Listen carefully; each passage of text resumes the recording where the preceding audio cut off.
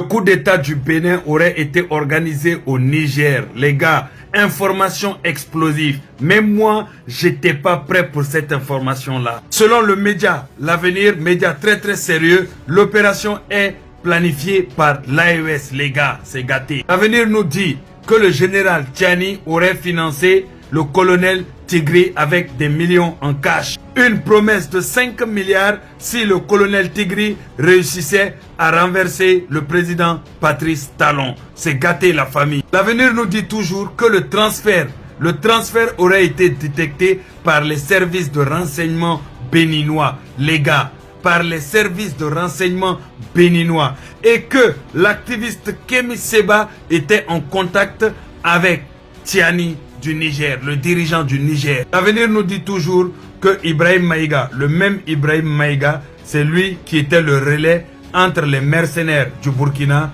et du Niger. Les gars, c'est gâté. C'est gâté là. Et c'est lui qui gérait aussi les campagnes de propagande sur les réseaux sociaux concernant les cyberactivistes du Burkina Faso. Tous ceux que vous étiez en train de voir là, qui étaient en train de essayer de faire mentir l'état du Bénin, qui étaient en train de demander à la population de sortir alors que eux ils sont burkinabés et autres. Tout cela était géré par Ibrahim Maïga. D'après les informations de l'avenir.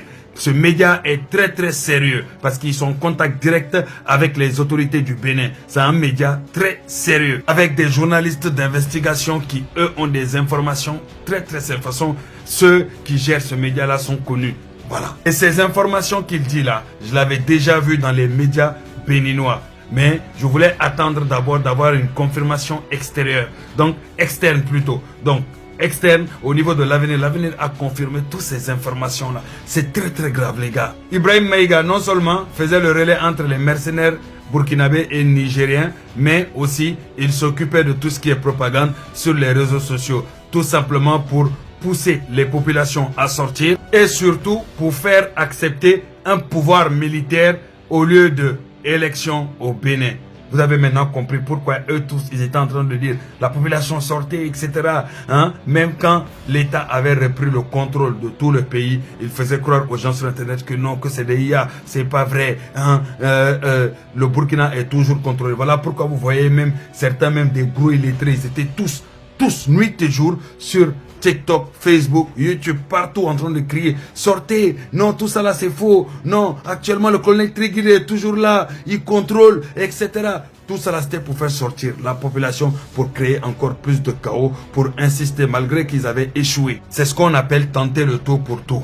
Parce qu'ils avaient encaissé des millions et des millions et des millions. Certains même à qui on avait promis des milliards, comme le colonel Tigri, 5 milliards. Voilà le prix dont, pour lui, en tout cas à ses yeux, vendre le Bénin, le prix du Bénin c'est 5 milliards. 5 milliards pour le prix d'un pays. Un pays aussi riche, un pays aussi bien éduqué, un pays où, où on peut développer, avoir...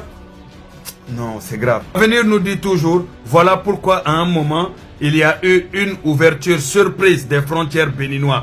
Et que ça là, c'était fait pour faire entrer les armes tout simplement. Oui, l'ouverture surprise qu'il y a eu des frontières béninoises, c'était exactement fait exprès pour faire entrer les armes. Arrestation de Burkinabés impliqués après échec. Fausse rumeur diffusée par influenceurs pro-AES confirmant que le président Patrice Talon avait fui le pays. Ou que même l'armée s'était ralliée aux mutins.